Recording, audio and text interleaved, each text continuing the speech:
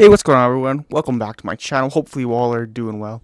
This video, we're going to be continuing on here with the Arizona Coyotes franchise mode. We're going to be simming up the year 6 regular season.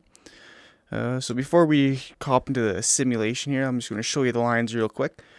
So this is what we got going like here into year 6. Jake DeBrusk, Yanni Yannick, and Connor Garland is our top line. These guys were pretty solid for us last year. I'm expecting them to do about the same. Not better. I mean, 63 points. They're technically our first line, but they're kind of really our second line. But they did very well, so hopefully we can see this kind of production again from them this year.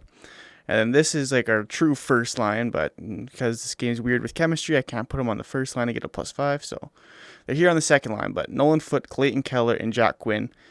Jack Quinn, rookie last year, did fantastic. Nolan Foote, this will be his, I think, third year.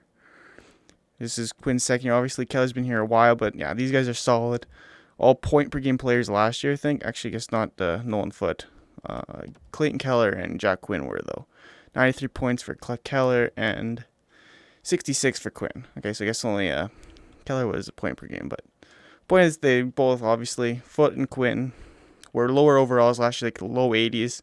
Now they're up at 85 with a +5, so this line should be fantastic for us. Point-per-game players this year, hopefully. Then bottom 6 is just a bunch of two-way forwards. Schmaltz, Dvorak, Fisher, all two-way forwards. Good defensive guys.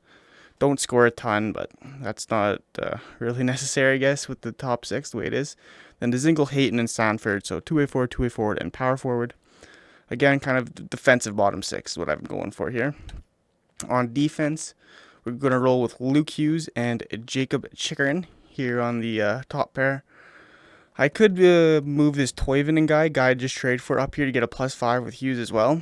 But I figured I'd give Precinct the +5 and then give Hughes and Chikrin the +3 here as they're higher overalls than Precinct.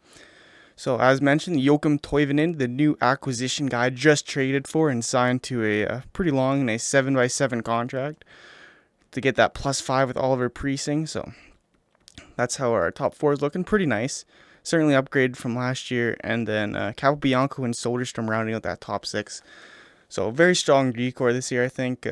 Hopefully we can do good. Again, we just won the Stanley Cup, so I feel like we improved on our team, got better, so that's always good. And then Samsonov and Aiden Hill are our 2 goalies, so better in that as well. All in all, this team is a lot better on paper, and I'm hoping that we can have some good success this year. Maybe win a President's Trophy as well as a Stanley Cup. Alright, so our power play looks like this. Jack Quinn, Clayton Keller, and Jake DeBrusk.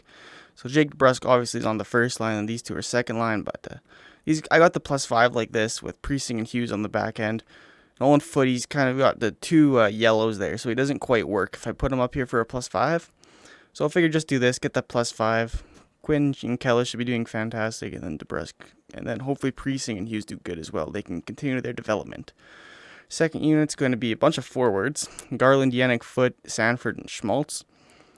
So Schmaltz is just here because he's got good passing and playmaking abilities, basically. Best offensive two-way forward that we had, so put him on there.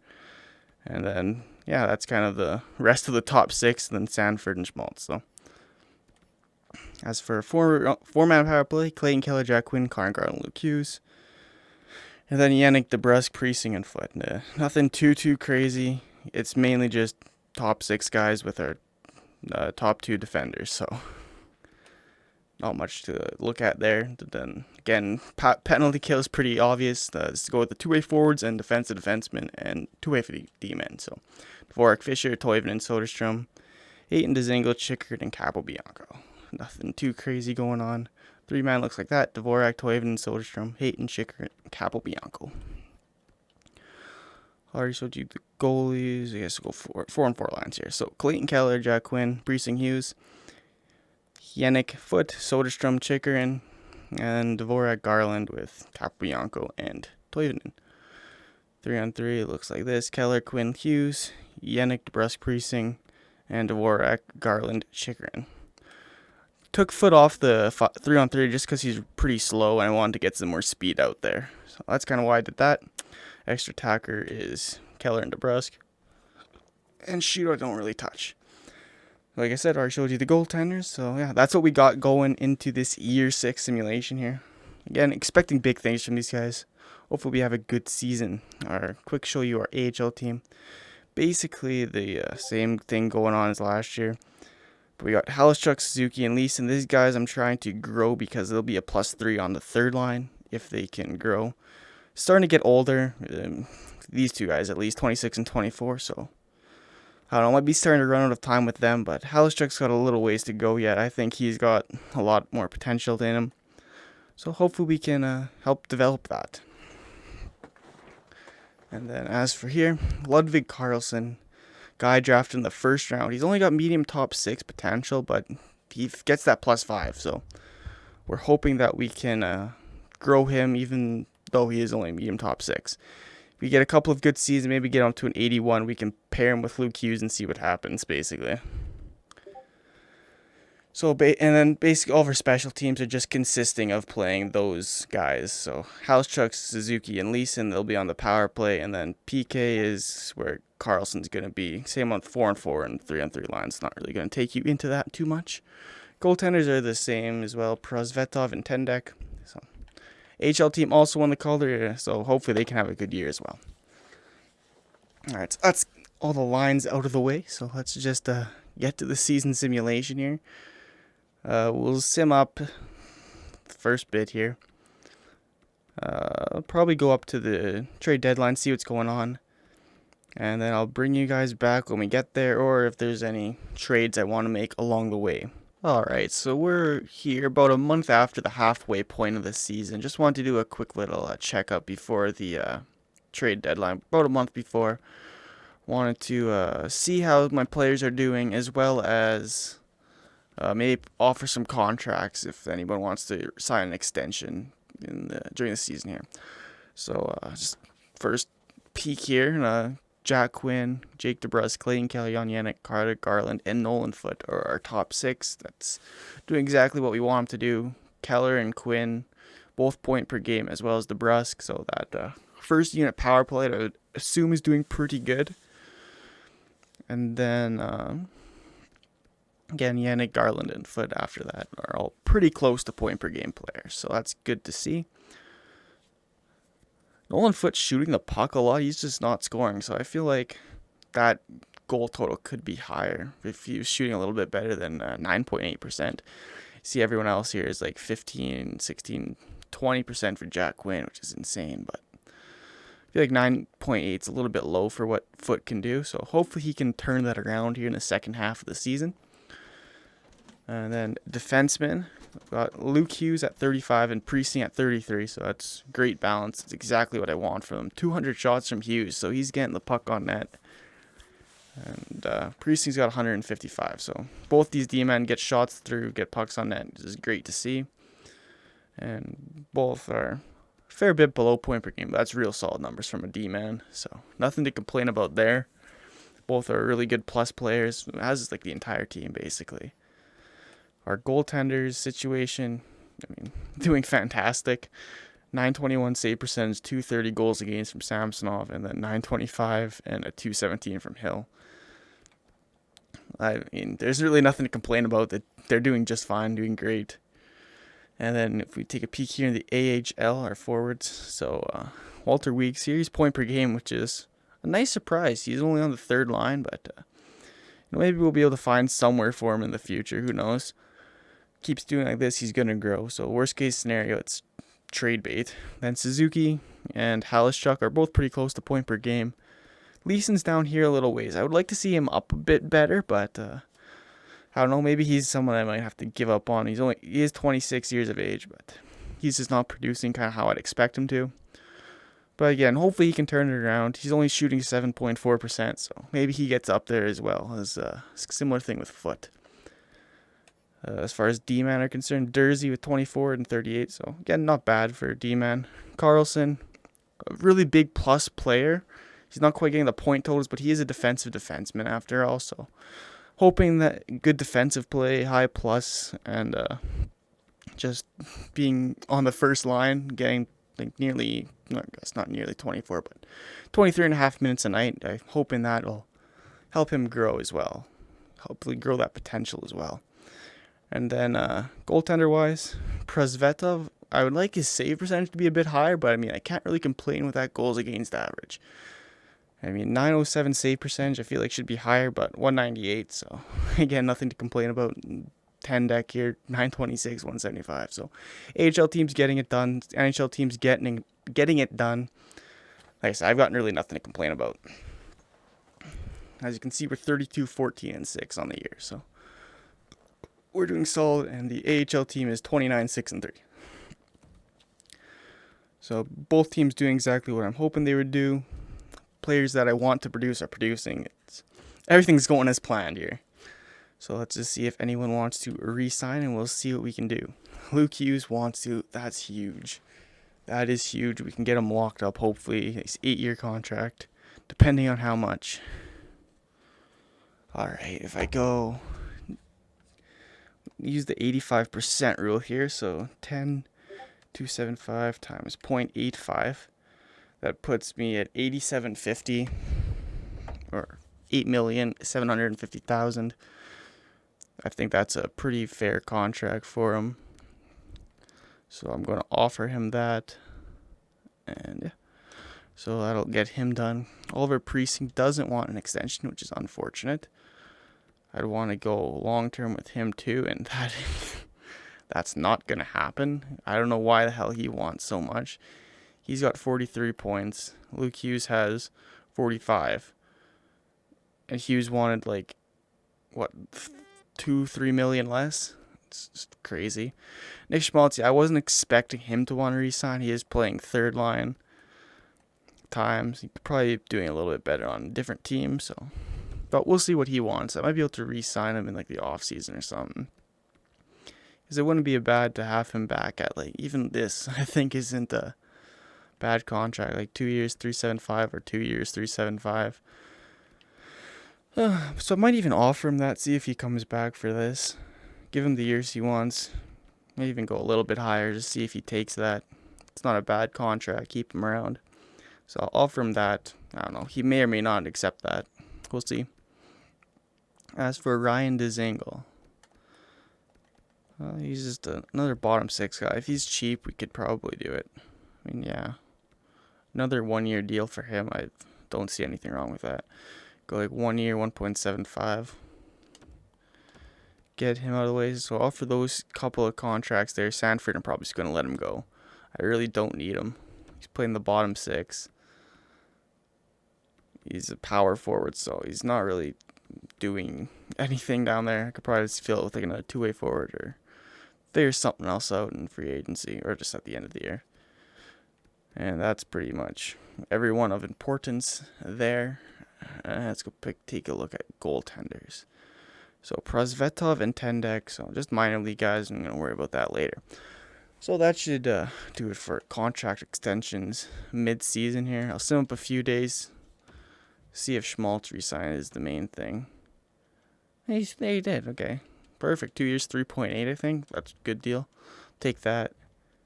And Luke Hughes done too. So those are some big contracts out of the way. I'll sim up to the trade deadline now and bring you guys back when I get there. Alright, so we are here going into the trade deadline. We're going to be a buyer this year, and I just went through and looked at every team, see what they had on the block, and there's a lot of players available that I noticed. Got like big name like Nylander. He'd fit on our first line, but I'm not going to attempt that. I didn't notice Victor Hedman available, but there are a couple of like smaller trades I was thinking of making that could probably help. There's one trade I for sure want to make, so I'll just go do that right now, kind of show you who it is. It is on Boston here, skater matching bot, and it is Cole Lind. So he's 27 years of age, 1 year left on his contract. I don't think there's an extension yet. No extension. He's a 2-way forward, and he fits our bottom 6 and penalty killing lines. So, like I said, I don't think I want to bring back Sanford for next year. So this is basically a younger replacement for him, I'm thinking. And it shouldn't cost me too much to get him. So, yeah, I'll see what we can do here, see if we can make this trade go through. Alright, so I'm back. I'm going to do this quickly. Hopefully this goes through. I'm not going to explain it too much because I keep getting interrupted. Accepted. Alright, so that's that done. That's one trade down that I wanted to make. And now there's another trade that was kind of intriguing to me that I want to look at. That was here in, and I get interrupted again. Fantastic. I love that game. I absolutely love that. Alright, so go Skaters matching the block here in Anaheim. I think it was Anaheim. It was Blake Wheeler was the guy I noticed before. But he's a power forward, and he fits that first line. So our first line doesn't have a +5 right now. It's got 2 snipers and a playmaker. So it's only a +3. If I were to get him, it could be a +5. But he is 39 years of age. He could be good for this playoff run, but I don't think he's better than Garland or DeBrusque. And I like how that line's playing, and he's really slow. So I don't think I'm going to do that. But now I'm seeing some other guys up here. So let's see what Maxime Comtois is like. Top 6 doesn't really work. So another trade I was interested in doing is reacquiring the guy I traded at last year's trade deadline, Oliver Ekman-Larsson. If I get them to retain salary, he could be a good, like, bottom pairing D-man for me. Just to completely bolster that back end and potentially get him a cup here in New Jersey. So that might be something I consider, but I don't think it's going to be high on my priorities right now. So I'll just keep looking for other things, other trades that I think will help, and then I'll bring you guys back if I find anything. I was thinking of getting Victor Hedman here for 1 year, but I don't know. Actually, let's see if we can throw something together real quick with them then. Let's see if that'll go. Perfect. I got Hedman at the last second.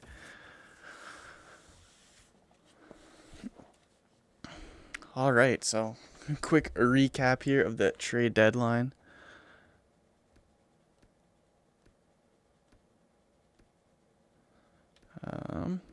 Let's see here. Bolivier to Calgary, Jack Roslovic to Detroit. Vrana to Boston. We got Cole Lind. Brennan Gooley to the Islanders. Bailey to the Penguins. Fogle to Columbus. I don't know that. So, yeah, nothing too crazy happened. Other than, I guess, us. We got Victor Hedman and Cole Lind. And I got to redo all the lines, so I'll bring you guys back when I'm done editing lines. Alright, so we are back, and these are what the lines are looking like. Basically, everything's the same. Put Lind in instead of Sanford. For the power play, put Dzingel in instead of Sanford. And then put Lind in on the PK to replace Dzingel. So that's basically how that shift worked out for the forward core. And then as for Victor Hedman, I've got him playing first line here with Luke Hughes. We move Chickering down to the third defensive pairing. And basically, I mean, look, this decor is just stacked now. Like, I've got so many options I can do. Right, like, if things aren't working out, we could just roll something, like, up here. Could throw, like, something like this together. It's just, there's a lot of different options if things aren't working out in the playoffs. There's studs everywhere on my back end. Like, this is probably one of the best blue lines in the NHL. And then we're playing Victor Hedman on the first line PK. Both three-man PK and four-man PK. 4-on-4. He is second line with Chicker in here. And then 3-on-3, he is right here with Garland and Dvorak. So that's where we're getting Hedman in. And obviously goaltenders are the same. And yeah, that's what our team's looking like here. So I'll sim up to the end of the regular season, and then I'll bring you guys back once we get there. Alright, so we are here at the end of the regular season. Finished off with a record of 52, 21, and 9, which is good for 113 points and the President's Trophy. So we got what we wanted to accomplish this year in terms of regular season success. go check on the points real quick. We got Clayton Keller here with 83, Jack Quinn with 80, Jake DeBrusk 76, Jan Yannick 74, Connor Garland 69, Nolan Foote was 68. So looks like he didn't turn it around like I was hoping he would, but another point, finally a point per game season for Quinn. Guess not 99 points like Keller had last year, but still very solid. And the bottom six actually did pretty decent. Cole Lind, let's see what he did with us. 3 points, and was an even player. Yes, not terrible, but not great either. As for defensemen, we got Luke Hughes here, finished with 63 points. Oliver Priesing with 49, Victor Hedman with 49 as well, but he probably had significantly less with us. He had 9 points in 19 games with a plus 18, so he was still doing very well for us. Let's see what Priesing did compared to last year. So yeah, he got a little bit better this year, so hopefully we'll see some good development out of him.